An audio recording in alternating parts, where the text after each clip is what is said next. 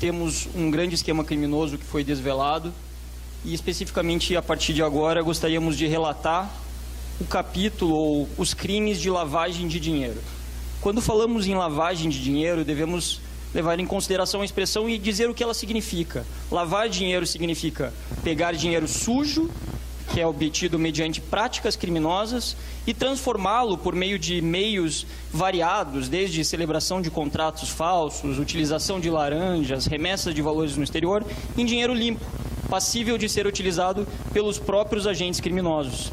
Então, quando falamos da lavagem de dinheiro nessa denúncia apresentada hoje, falamos da forma como a empreiteira OAS, ou o Grupo OAS, transformou dinheiro sujo, que foi por eles auferido em contratos da Petrobras, em dinheiro limpo em benefício de Lula e de sua família.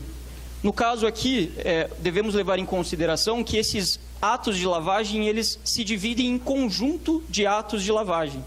Dois, basicamente, são os conjuntos de atos de lavagem que foram denunciados na data de hoje. O primeiro conjunto de atos de lavagem diz respeito à aquisição e posterior reforma e mobília de um apartamento, uma cobertura triplex no Guarujá, em São Paulo. O segundo conjunto de atos de lavagem diz respeito ao custeio com dinheiro sujo por parte da OAS do armazenamento de itens pessoais do ex-presidente Lula em um depósito em São Paulo. Precisamos dizer desde já que, em se tratando de lavagem de dinheiro, ou seja, em se tratando de uma tentativa de manter as aparências de ilicitude, não teremos aqui provas cabais de que Lula é efetivo proprietário no papel do apartamento, pois justamente o fato dele não figurar como proprietário do triplex da cobertura em Guarujá é uma forma de ocultação ou de simulação da verdadeira propriedade.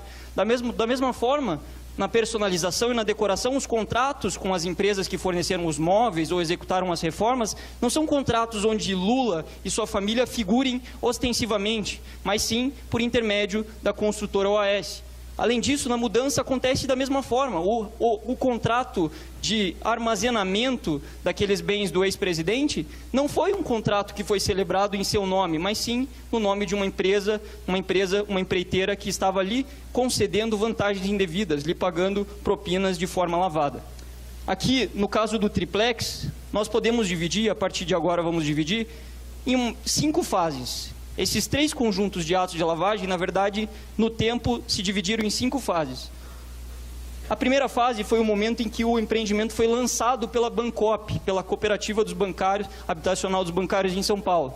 Nesse momento, Marisa, Letícia e Lula adquirem a unidade 141 desse empreendimento, mas já vislumbram que gostariam de ser o proprietário de uma das melhores unidades daquele empreendimento, a cobertura triplex.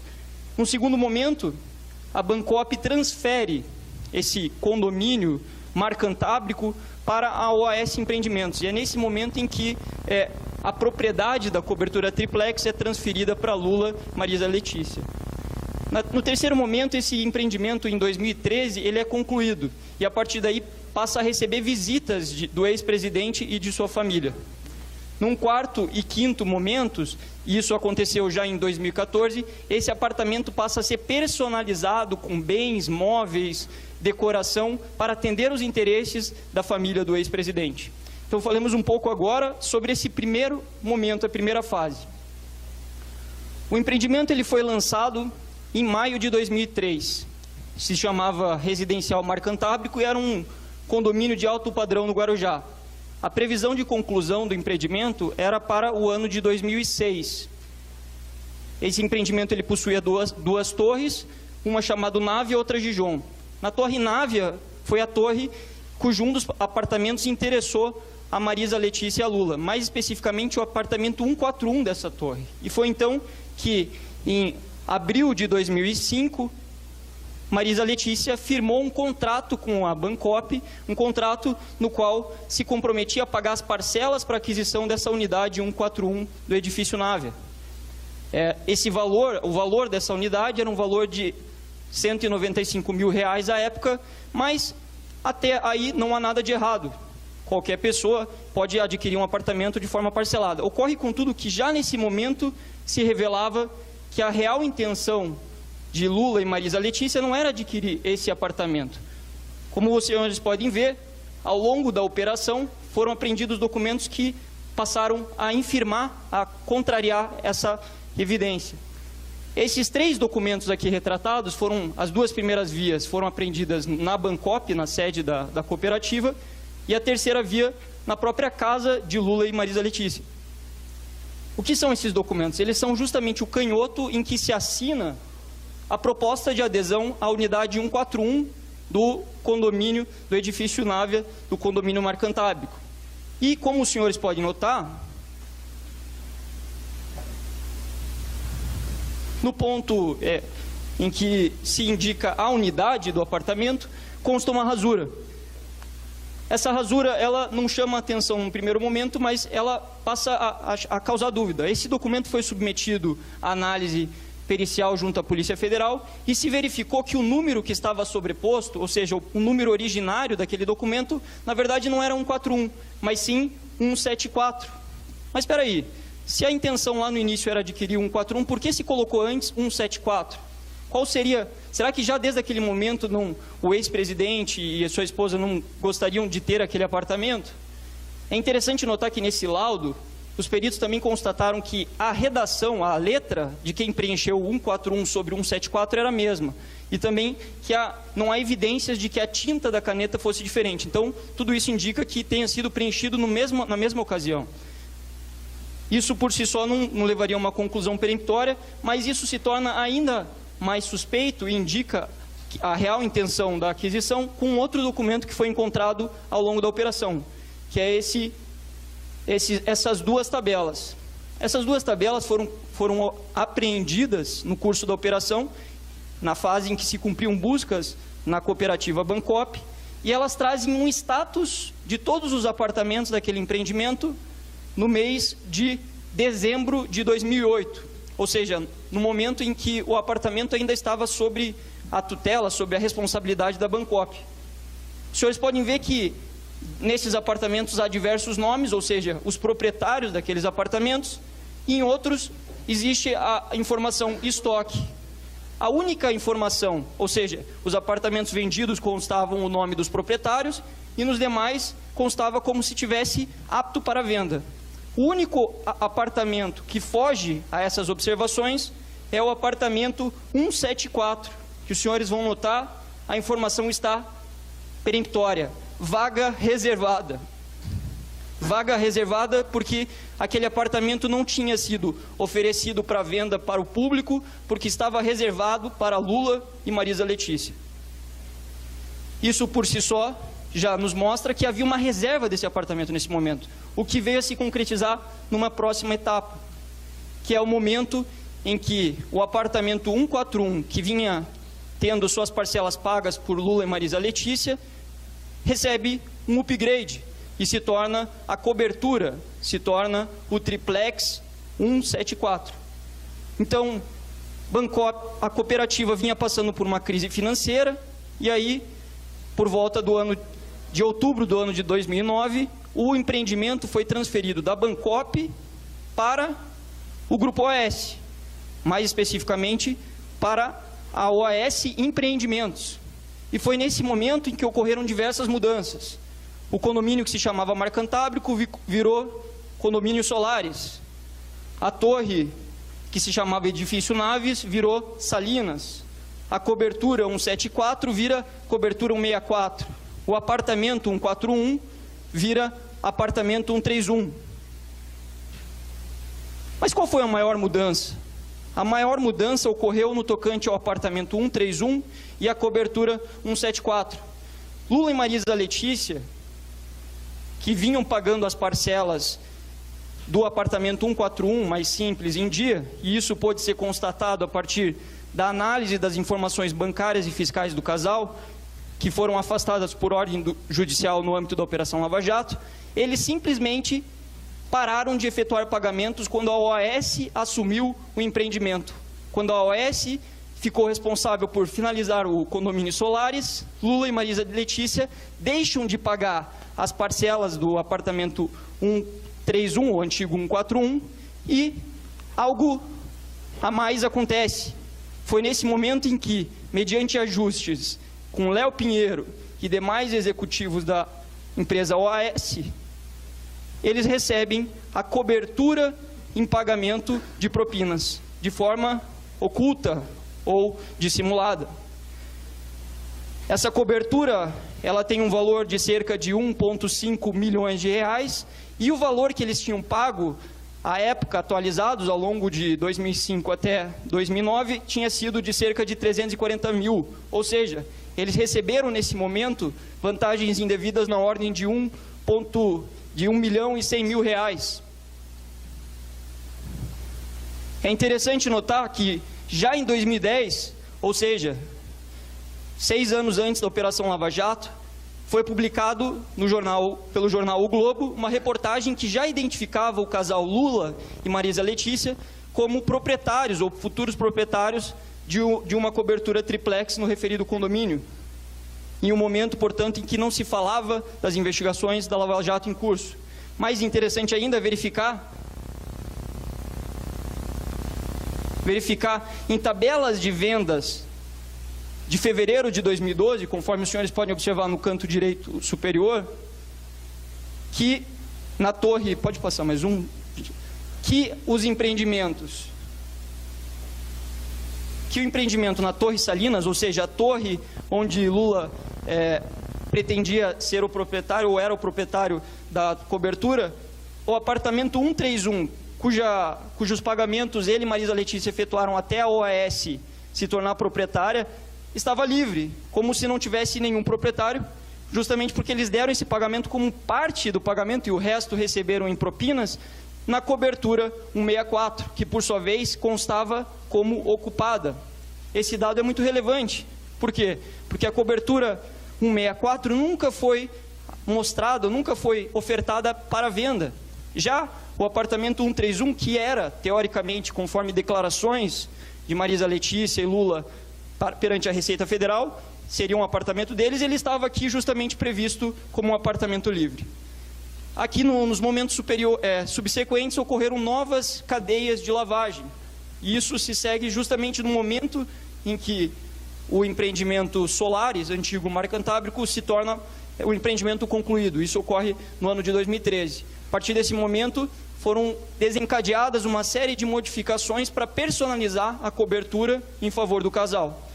Essas movimentações, essa personalização que foi bastante custosa, foi toda ela custeada com dinheiro sujo obtido pela OAS no esquema criminoso revelado no primeiro momento dessa exposição. E será detalhado agora pelo colega Júlio.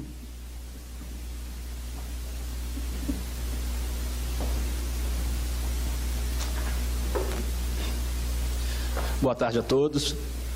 Bom, então, como o colega Robertson acabou de explicar, depois de reservado o apartamento e destinado já a Lula e a Marisa Letícia, o empreendimento foi concluído em agosto de 2013. Logo em seguida, Léo Pinheiro e os outros executivos da OAS, como Fábio Ionamini e Roberto Moreira, já começaram a executar atos de personalização desse apartamento no interesse de Lula e de Marisa Letícia. Logo em fevereiro de 2014, Léo Pinheiro, acompanhando Lula e Marisa, se dirigiu até o apartamento no Guarujá e percorreram toda a unidade. Nesse momento, Léo Pinheiro teve a convicção de que este apartamento deveria ser personalizado para Lula e para Marisa e determinou que seus executivos dessem início a um projeto executivo de reforma. Bom, essa visita foi registrada por meio dessas fotos que hoje já são públicas e nós podemos ver não só Léo Pinheiro aqui, mas também Lula e um dos executivos da OAS. Bom, em março, então, teve início esse projeto executivo de reforma e de personalização da cobertura no Guarujá. O contrato de reforma foi firmado entre a OAS Empreendimentos e a Talento Construtora. Essa reforma aconteceu pelo menos de julho de 2014 até novembro de 2014. Essas informações são comprovadas por meio de notas fiscais fornecidas pelas empresas, assim como pelos depoimentos prestados pelos funcionários de ambas as empresas, tanto da OAS Empreendimentos quanto da Talento Construtora. O valor total dessa reforma, à época, totalizava cerca de R$ 770 mil. Valor este que, atualizado hoje, supera R$ 920 mil. Essa reforma tinha todos os tons de personalização. A cozinha, o quarto, a sauna, a piscina, todos esses ambientes foram modificados com escolha da marca do material utilizado em uma conduta totalmente atípica para uma empreiteira, para uma construtora que planeja vender este apartamento e não reformá-lo antes de encontrar alguém que vá comprar. Em seguida, em agosto de 2014, uma nova visita foi feita por Marisa e um dos filhos do ex-presidente. Nessa nova visita, Marisa também, de novo, se fez acompanhar por Léo Pinheiro e também por outros executivos da OAS, como Roberto Moreira e Paulo Gordilho. Nessa visita, as obras já estavam em curso e Marisa, Léo Pinheiro e Fábio percorreram toda a unidade, verificando o andamento das obras. Novamente, essas informações também são comprovadas por testemunhos prestados por pessoas da OAS, funcionários da OAS Empreendimentos e também por funcionários da Talento Construtora, responsável por realizar essa reforma. No avançar dessas reformas, foi necessário também realizar a decoração do apartamento. Novamente, com toques de personalização, foi elaborado um projeto para tornar o apartamento adequado às necessidades do ex-presidente e de sua família. Em setembro de 2014, após a visita de Marisa e seu filho à unidade, Roberto Moreira, executivo da OAS, determinou que fosse realizada a decoração do apartamento utilizando armários e eletrodomésticos. Esses armários foram adquiridos junto à empresa Kitchens no período de setembro a novembro de 2014. E os eletrodomésticos foram adquiridos junto à empresa Fast Shop. Essas empresas, por meio de notas fiscais, confirmaram o pagamento desses valores pela OAS Empreendimentos para que todos esses materiais, armários e eletrodomésticos, fossem entregues e montados na unidade 164 do Guarujá. Esses valores, à época, totalizavam R$ 327 mil, valor este que, atualizado, totaliza R$ 350 mil, mais de R$ 350 mil. Bom, é importante destacar que, de fato, a OAS Empreendimentos realizou essa personalização envolvendo a reforma e a decoração no interesse de Lula e de sua família. Numa das mensagens extraídas de aparelho celular de Léo Pinheiro, a Polícia Federal identificou duas mensagens bastante significativas para esse contexto. Em conversa entre Léo Pinheiro e Paulo Gordilho, nós vemos a confirmação de Léo Pinheiro para que fossem alocados como custos da OAS as reformas realizadas tanto no sítio em Atibaia quanto aquelas reformas realizadas no triplex no Guarujá. Mais do que isso, Léo Pinheiro indica a Paulo Gordilho, ou melhor dizendo, Paulo Gordilho indica a Léo Pinheiro que a aprovação do projeto da cozinha no sítio passaria por Fernando Bittar. No trecho aqui destacado, Paulo Gordilho diz: Dr. Léo, Fernando Bittar aprovou junto à dama os projetos tanto do Guarujá quanto do sítio. Só a cozinha Kitchens completa pediram 149 mil. Empresa Kitchens, a mesma que realizou a montagem dos armários no apartamento no Guarujá. Bom, outro dado relevante nesse contexto, que durante a deflagração da 24ª fase da Operação Lava Jato, foram encontradas caixas do acervo presidencial, do acervo do ex-presidente, melhor dizendo, em que constava a inscrição Palácio do Alvorada, Praia, caixa com indicação de sítio. Novamente, em consonância com aqueles centros de custos apontados por Léo Pinheiro à indicação de praia e de sítio vinculados ao material pertencente ao ex-presidente.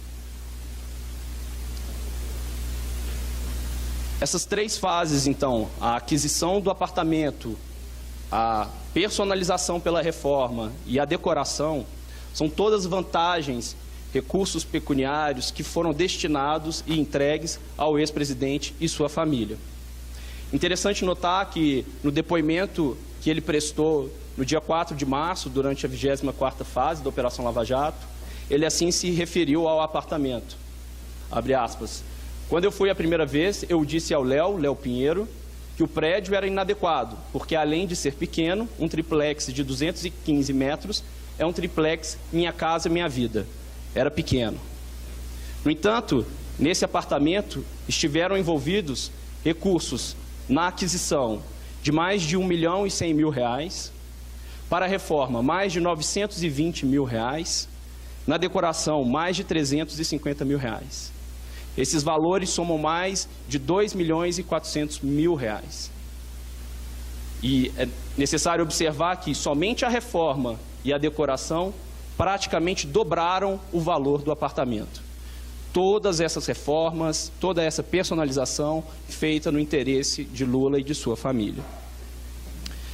Esclarecido esse conjunto de atos de lavagem, de ocultação do recebimento das vantagens em relação ao triplex, vamos passar agora para o outro ponto de atos de lavagem no interesse do ex-presidente. No fim de seu mandato, no final de 2010, Lula precisava dar um destino para seus bens pessoais. Assim, seus vestuários foram direcionados para São Bernardo do Campo, seus vinhos que compunham a adega foram direcionados para o sítio em Atibaia, em São Paulo, o acervo audiovisual foi direcionado para o armazém da Graneiro, em São Paulo, e seus bens pessoais foram direcionados a 2 destinos. O primeiro destino foi o próprio sítio em Atibaia, e o segundo destino foi um armazém da empresa Graneiro. Todas essas informações sobre a composição dos bens e o seu destino foi comprovada pelas empresas que realizaram esses transportes e enviaram não só o conhecimento de transporte, mas os contratos e notas fiscais que firmaram para realizar estes transportes. No ponto da denúncia, nos interessa essa parte do acervo pessoal do ex-presidente que ficou armazenado no depósito da Graneiro. Pois bem, no dia 22/12/2010, portanto, poucos dias antes do mandato presidencial de Lula se encerrar, Paulo Camoto solicitou e recebeu um orçamento da empresa Graneiro para que fosse feito a armazenagem desses bens. No dia 27 de dezembro de 2010, Paulo Camoto confirma e aceita esse orçamento. E apenas 4 dias depois, ou seja, 1º de janeiro de 2011, a construtora OAS firma um contrato de armazenagem com a Graneiro, com base naquele orçamento, no valor mensal de R$ 21.536,84. No entanto, um detalhe chama bastante atenção.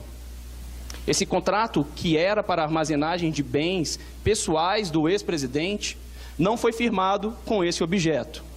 Pelo contrário, buscou-se ocultar os bens e ocultar que era a OAS que pagava esses bens no interesse do ex-presidente. Conforme podemos ver na imagem a seguir, que é o contrato de armazenagem, o objeto diz que foram armazenados materiais de escritório pertencentes à construtora OAS. É um contrato ideologicamente falso, utilizado para armazenar bens pessoais do ex-presidente, com custo arcado pela construtora OAS. Bom, dando seguimento, firmado esse contrato, ele perdurou durante 5 anos.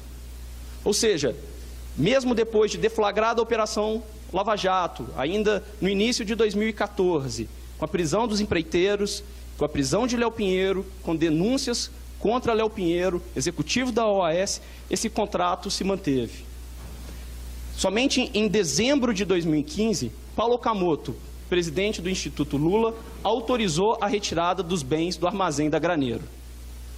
Assim, poucos dias depois, em janeiro de 2016, a construtora OAS rescindiu aquele contrato firmado com a Graneiro. Em seguida, Paulo Okamoto autorizou a retirada, a remoção desses bens, que eram bens do acervo pessoal do ex-presidente, para um depósito do Sindicato dos Metalúrgicos de São Bernardo do Campo. Interessante notar que nesse depósito é que foram encontradas aquelas caixas que há pouco mencionei, em que estavam escritas sítio e praia, e que se referiam aos bens pessoais do ex-presidente.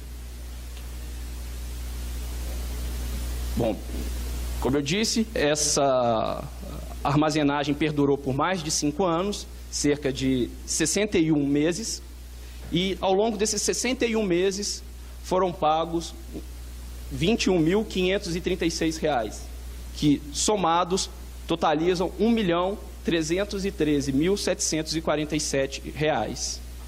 Este é o valor de mais uma das vantagens indevidas recebidas pelo ex-presidente, pagas pela construtora OAS. Bom, com isso, nós fechamos a apresentação no que tange aos atos de lavagem, as vantagens indevidas recebidas pelo ex-presidente, tanto relacionadas com o triplex no Guarujá, quanto aquelas relacionadas à armazenagem de bens pessoais no depósito da Graneiro.